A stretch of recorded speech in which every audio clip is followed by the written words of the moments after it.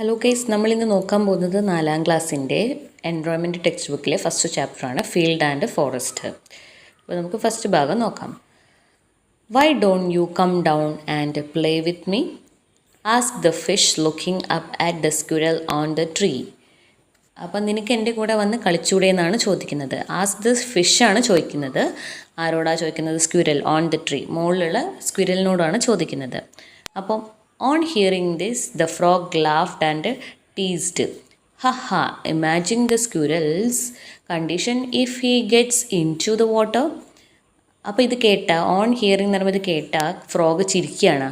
Laughed, ചിരിച്ചു, എന്നിട്ട് കളിയാക്കുക, teased.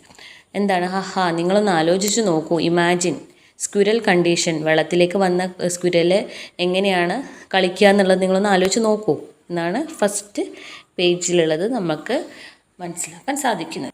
ഈ പിക്ചറിലേക്ക് നിങ്ങൾ നോക്കുമ്പോൾ തന്നെ നിങ്ങൾ കാണുന്നുണ്ട് അല്ലേ, അണ്ണാൻ, സ്ക്വിറലുണ്ട്, ക്രെയിൻ, കൊക്കുണ്ട്, ക്രോസ്, കാക്കകളുണ്ട്, അതേപോലെ ഫിഷ്, മീനുണ്ട്, തവള, ഫ്രോഗ് ഉണ്ട്, അതേപോലെ ടോട്ടോയിസ്, ആമ ഉണ്ട് അല്ലേ. അങ്ങനെ ഇവരെല്ലാം കൂടി ചുറ്റും ഇങ്ങനെ വട്ടമിട്ട് ഇങ്ങനെ സംസാരിക്കുന്നതായിട്ടാണ് നമ്മൾ കാണുന്നത് ഫസ്റ്റ് പിക്ചർ. അടുത്ത പേജിൽ the squirrel was not ready to give in. Squirrel അത് വഴങ്ങാനൊന്നും തയ്യാറായില്ല. ഹി ഹിറ്റ് ബാക്ക്, അവൻ തിരിച്ചടിക്കുകയാണ്. എന്താണ് പറയുന്നത്?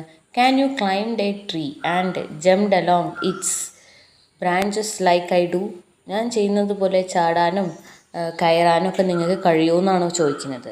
അപ്പോൾ ഫ്രോഗ് എന്താ പറഞ്ഞത്? The frog said, who can drive the turn in water like the fish? ഫിഷിനെ പോലെ ആർക്കൊക്കെയാണ് ഡൈവ് ചെയ്യാനും മുങ്ങാനും ടേൺ ചെയ്യാൻ, തിരിയാനും മറിയാനും ഒക്കെ കഴിയാമെന്ന് ചോദിക്കുകയാണ്. Can A fish live or move on land? അപ്പം ഫിഷിന് അതായത് ലാൻഡിൽ, കരയിൽ മൂവ് ചെയ്യാൻ കഴിയുമോ? കരയിൽ ജീവിക്കാൻ കഴിയുമോ? ഇല്ല. നമുക്കറിയാം ഫിഷിന് കരയിലല്ല ജീവിക്കാൻ പറ്റുക, വാട്ടർ ബോഡീസിലാണ് അതിന് ജീവിക്കാൻ കഴിയാം. പിക്ചറിലേക്ക് നോക്കൂ നിങ്ങൾ. ഈ പിക്ചറിൽ നമ്മൾ എന്താ കാണുന്നത്? ഒരു എക്വോറത്തിലാണ് നമ്മൾ ഫിഷിനെ കാണുന്നത്. നമുക്ക് കരയിലൊക്കെ കൊണ്ടുവരാൻ പറ്റും, പക്ഷേ നമുക്ക് എന്ത് ചെയ്യണം? ഒരു എക്വോറത്തിലോ അല്ലെങ്കിൽ നമ്മൾ ഏതെങ്കിലും ഒരു ബൗളിലൊക്കെയാണ്, വെള്ളത്തിലാണ് നമുക്ക് ഫിഷിനെ വെക്കാൻ കഴിയുള്ളൂ അല്ലേ. ഇനി അടുത്തെന്താ പറയുന്നത്? Have you observe A fish? നിങ്ങൾ ഒരു ഫിഷിനെ നിരീക്ഷിച്ചിട്ടുണ്ടോ? ഒബ്സർവ് ചെയ്തിട്ടുണ്ടോ? Draw the picture of A fish. ഒരു ഫിഷിൻ്റെ ചിത്രം വരയ്ക്കണം. What are it's special feature? എന്തൊക്കെയാണ് അതിൻ്റെ പ്രത്യേകതകൾ, ഫീച്ചേഴ്സ്? അത് നമുക്ക് നോക്കാൻ പോകുന്നത് പാർട്സ് ഓഫ് എ ഫിഷ്, ഫിഷിൻ്റെ ഭാഗങ്ങൾ.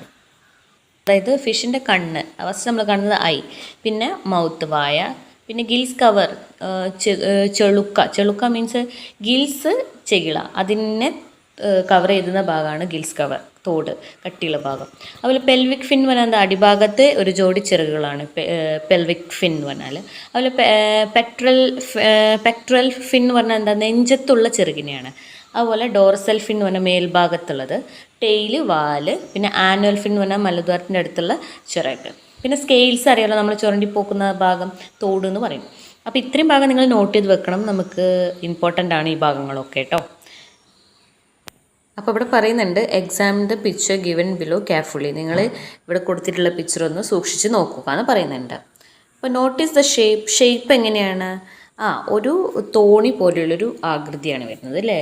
Do they have A shape that helps dum move swiftly in water? അതാ ഷേപ്പ് കാരണമാണ് ഈ മീനിന് ജലത്തിലൂടെ നന്നായിട്ട് സഞ്ചരിക്കാൻ സഹായിക്കുന്നത്, അതിൻ്റെ ഷേപ്പ് കാരണം. ഓക്കെ.